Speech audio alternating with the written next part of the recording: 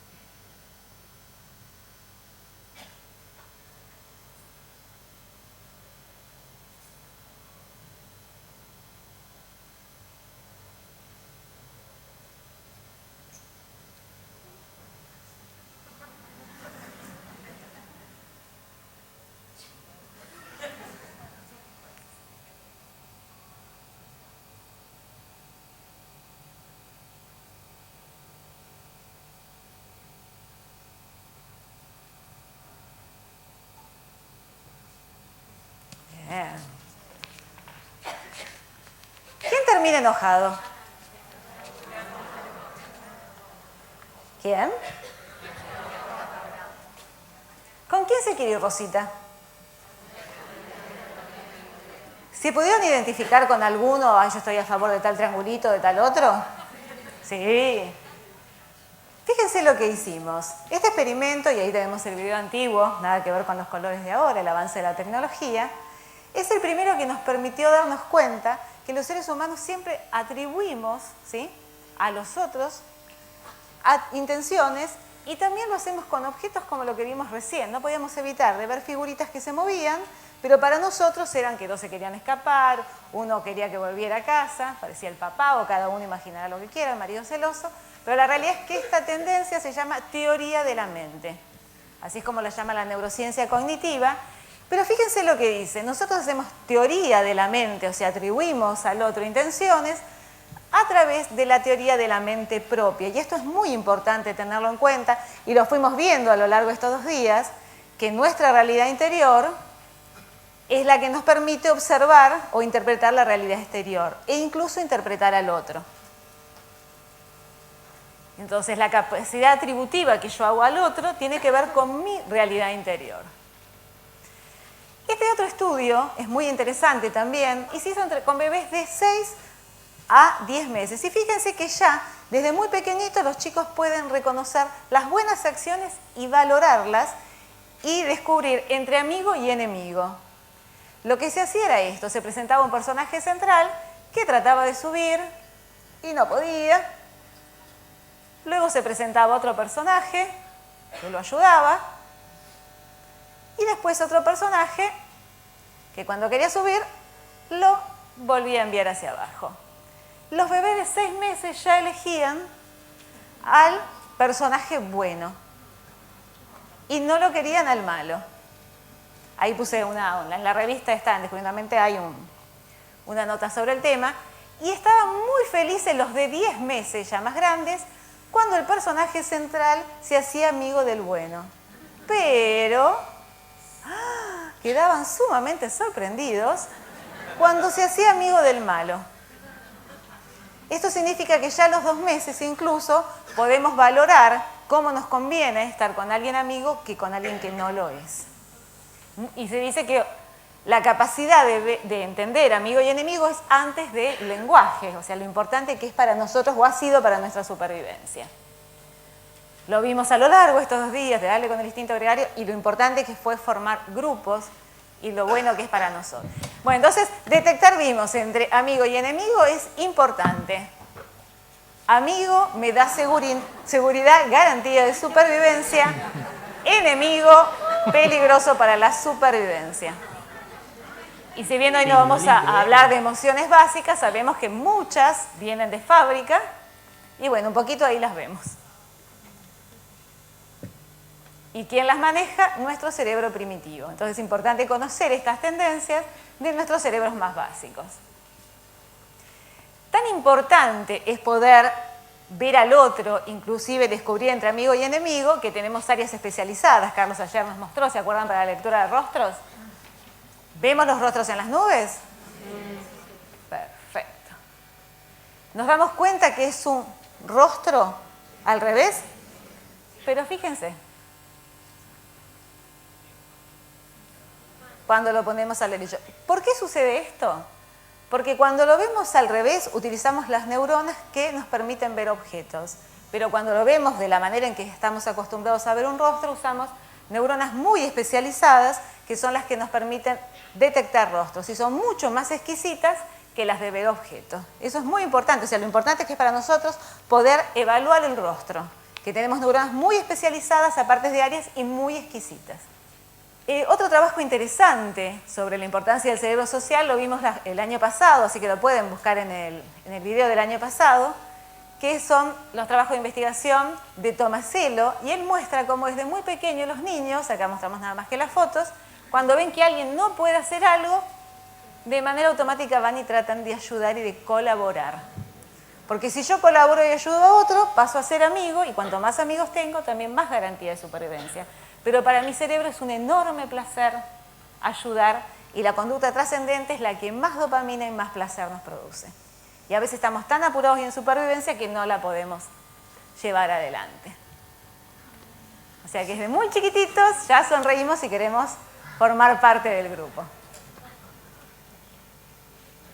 También lo que dicen muchos neurocientíficos es que la complejidad que tiene nuestro cerebro se debe a la complejidad de nuestras sociedades. A mayor interacción, a mayor grande es un grupo, se necesita un mayor cerebro, un cerebro más grande y con un lóbulo prefrontal mejor. Hay todas unas muestras de cómo los cerebros diferentes monitos tienen, según el tamaño del cerebro, el grupo que puede manejar. ¿Cuándo comienza el término neurociencia social? En la década del 90, de la mano de John Cacioppo, pero ya Daniel Goleman también lo hizo conocido a través de la inteligencia social. Y él la llamó dinámica neurológica de las relaciones humanas. Pero la verdad es que son muchos los investigadores que hoy trabajan con neurociencia social. Es una rama que está creciendo muchísimo porque es muy importante conocer cómo funciona, cómo actúa nuestro cerebro en relación con otros. Y este año pretendemos a lo largo de diferentes notas ir presentando muchos de estos trabajos. ¿Por qué? Porque la verdad es que nosotros somos un medio ambiente para los otros. Podemos ser un contexto enriquecido o un contexto empobrecido. Entonces yo tengo que saber lo importante que es el otro. Es un cerebro social el que tenemos, influimos en otros y los demás influyen también en nosotros. Y hablamos ayer de Giacomo Rizzolatti, de las neuronas en espejo, y por supuesto, como todo nuevo descubrimiento, en su momento tuvo gente que estuvo a favor, gente que decía nuestras neuronas no son como las de los macacos, no se nos puede comparar. Así que hubo mucha gente que siguió con investigaciones, aparte de Rizzolatti, para ver que estas neuronas en espejo realmente existían y tenían mucho valor en nosotros. Y una de ellas es que la percepción de un rostro puede moldear no solamente los músculos faciales, sino también determinadas estructuras internas del sistema nervioso central, como el área sensoriomotora o sensorial y motora. Esto lo hicieron en el 2004. O sea que cuando vemos un rostro sonriente, aparte de que se nos empiezan a ir los musculitos nosotros por copiar, sino también se produce el cambio en el cerebro y ese cambio se puede hasta mantener en el tiempo. Como seres sociales compartimos experiencias, descubrimientos, ideales, deseos y nos contagiamos unos a otros.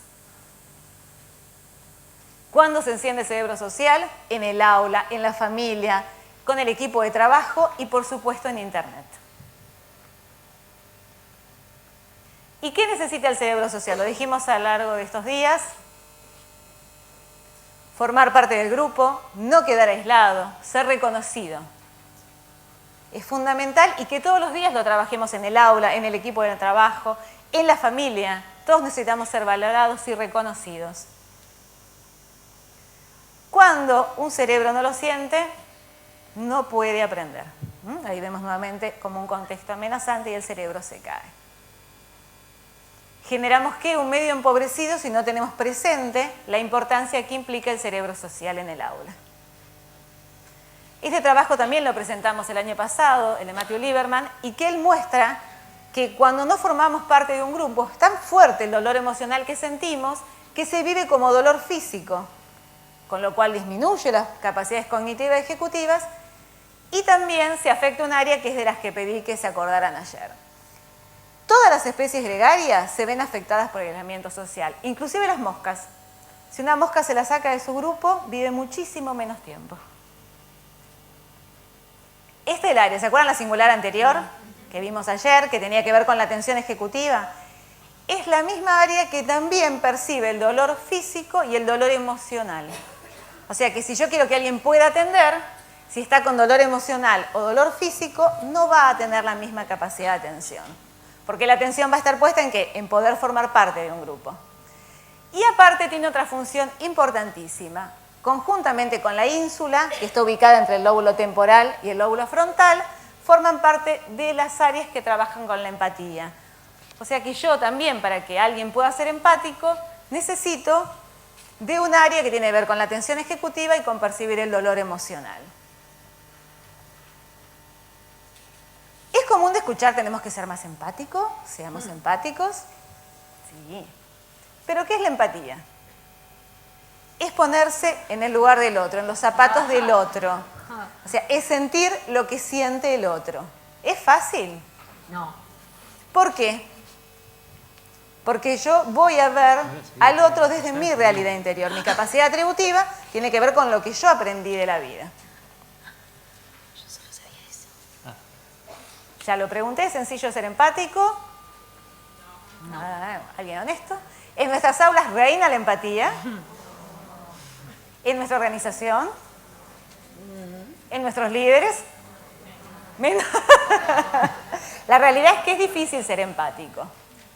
Pero existe algo muy importante que es la toma de perspectiva y que por ahí no tiene tanta prensa y hay que conocerla. Que es cuando podemos conocer las historias de otro. O sea que la empatía va de la mano de la toma de perspectiva. Conocer a otros, conocer otras culturas. Esto que nos presentaron, estas realidades que nos presentó Elena y Vicente hoy. Cuando Elena ya nos relataba casos reales de otros chicos, era muy distinto, como ella decía, ver un chico sucio con mocos en la calle. Tenían nombre y la historia que había detrás era muy fuerte, o lo que nos contó Vicente, que es su realidad cotidiana también. Entonces, eso se llama toma de perspectiva. Yo, a través de conocer historias, puedo empezar a imaginar. Y entonces, ¿en qué se transforma la empatía y la toma de perspectiva? Reconocer, comprender, valorar y respetar los sentimientos de los demás. Tal vez yo no sienta lo que sienta el otro, pero sí puedo comprender, respetar y valorar que otro vea la vida de otra manera.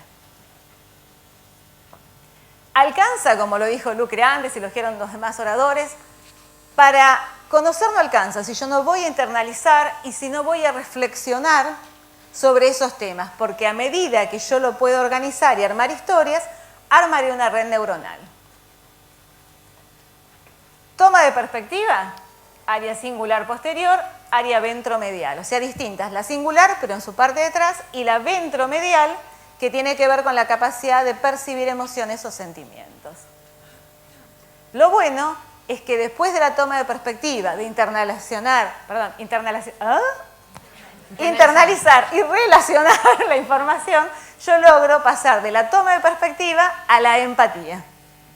O sea, esto es lo bueno, que si yo doy tiempo para conocer a otros, conocer otras historias, puedo pasar a ser mucho más empático. Se puede aprender.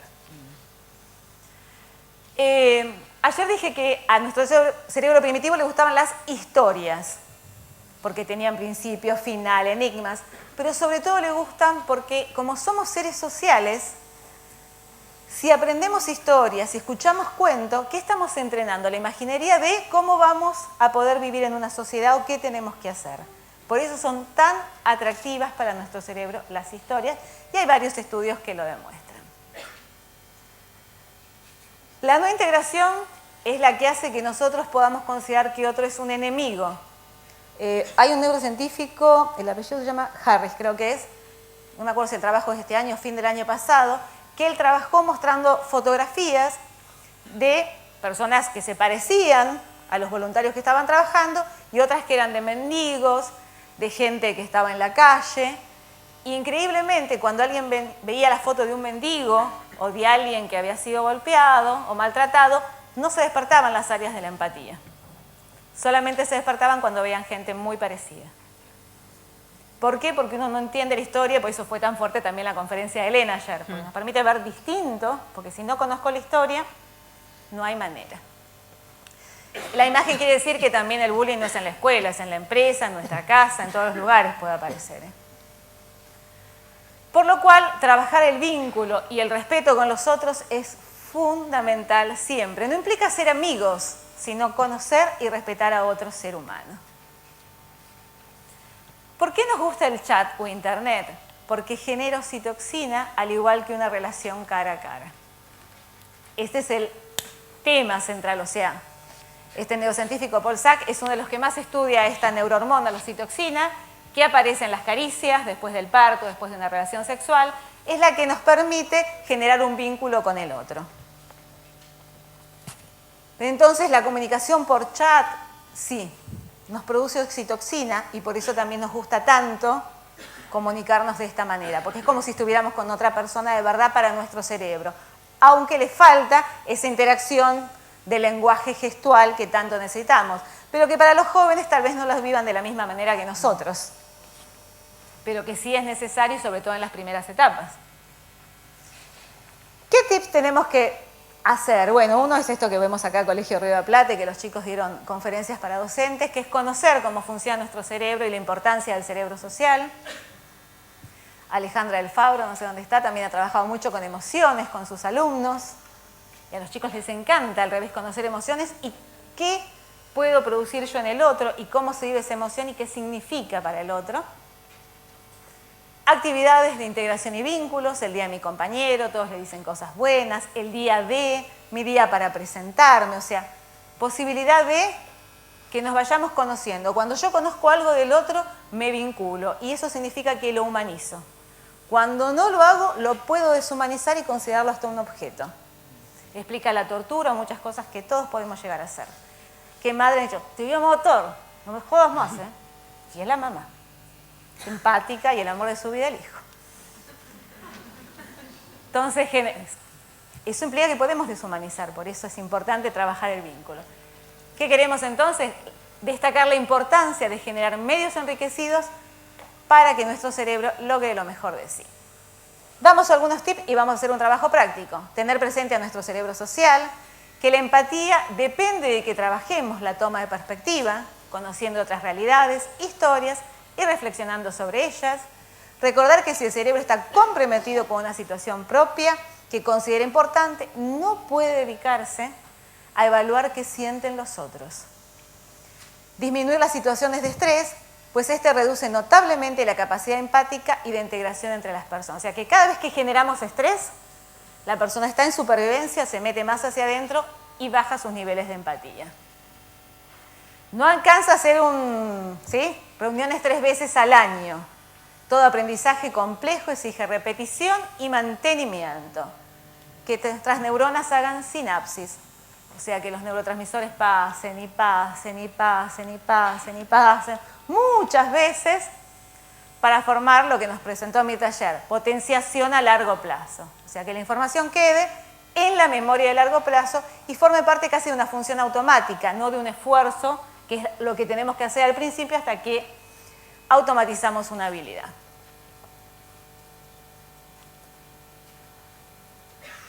Trabajar y valorar la atención contribuye a que podamos autoobservarnos, monitorear nuestras conductas y modelarnos.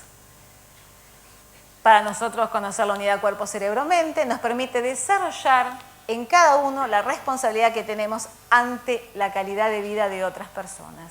Realmente esto es muy, muy importante. Nosotros somos responsables de la calidad de vida de otros seres humanos.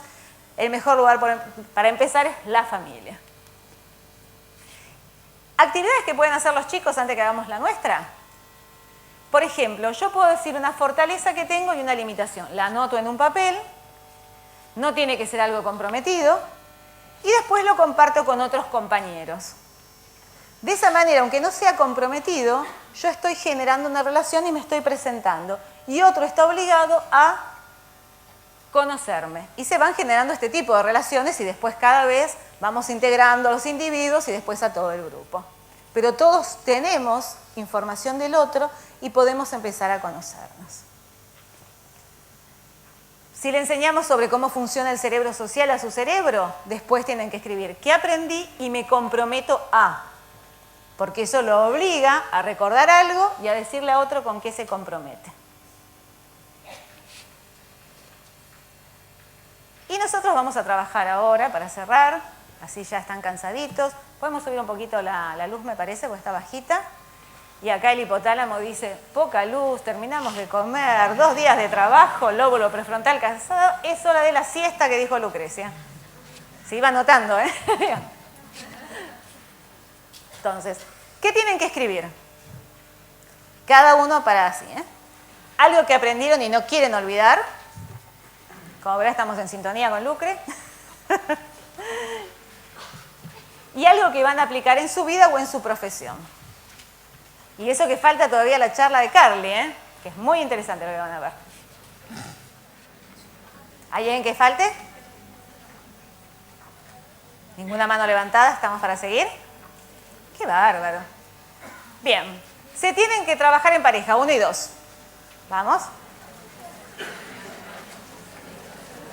Hay que moverse, ¿eh? Si falta alguien, alguien tiene que trasladarse. Miren lo que vamos a hacer. Debajo de lo que ustedes ahora escribieron, van a tener que escribir la frase que va a aparecer. La frase está completa y una palabra tiene las sílabas desordenadas. Primero va a mirar uno su frase, mientras 2 va a tener los ojitos cerrados. Y después 2 va a abrir los ojitos y 1 los cierra. ¿Se entendió? ¿Cómo no? Primero, el que es número 2 cierra los ojos mientras 1 ve su frase, la anota y no dice nada. Después 1 cierra los ojos, 2 los abre, anota su frase y no dice nada. ¿Sí? Ahora va a aparecer en pantalla la frase. ¿Ok? 2 tiene que cerrar los ojos. ¿Todos cerrados? Sí, no hagan trampa, que está mal si hacen trampa. Ojitos cerrados. ¿Sí? 2 los ojos cerrados, ¿ya está? Sí. 1 bien abierto. Miren su frase. La anotan, la guardan para sí, la anotan y no dicen nada, ¿eh? ¿Listo? Saqué. Muy bien. Ahora 2 los abre bien abiertos. Y 1 lo cierra bien cerrado, aprovecha para dormir. También otro descansito. Listo, va para 2, Bien abiertos, copian la frase, no dicen nada. ¿Listo? Muy bien. Ahora sí, abrimos los ojitos y comparte. 1 le dice todo lo que anotó y la frase final y después 2 se lo dice a 1, por favor.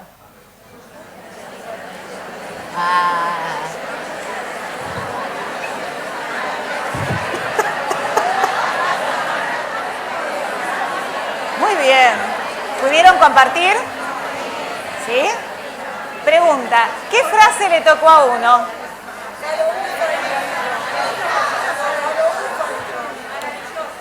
¿Qué les tocó a 1?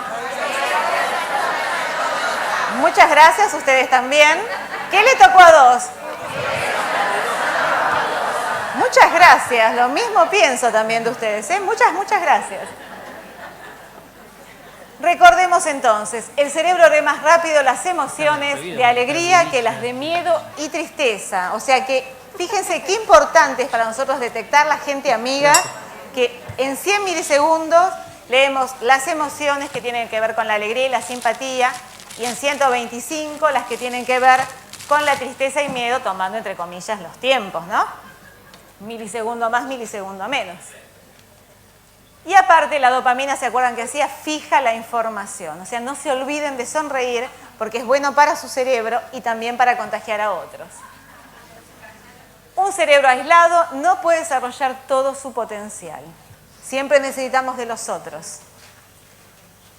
Y todos podemos llegar a ser un gran Pigmalión de otras personas. Y ojalá que se lleven que esa es la mejor función que podemos tener en esta vida. Felicitaciones por ser educadores y van a continuar en un ratito con Carlos.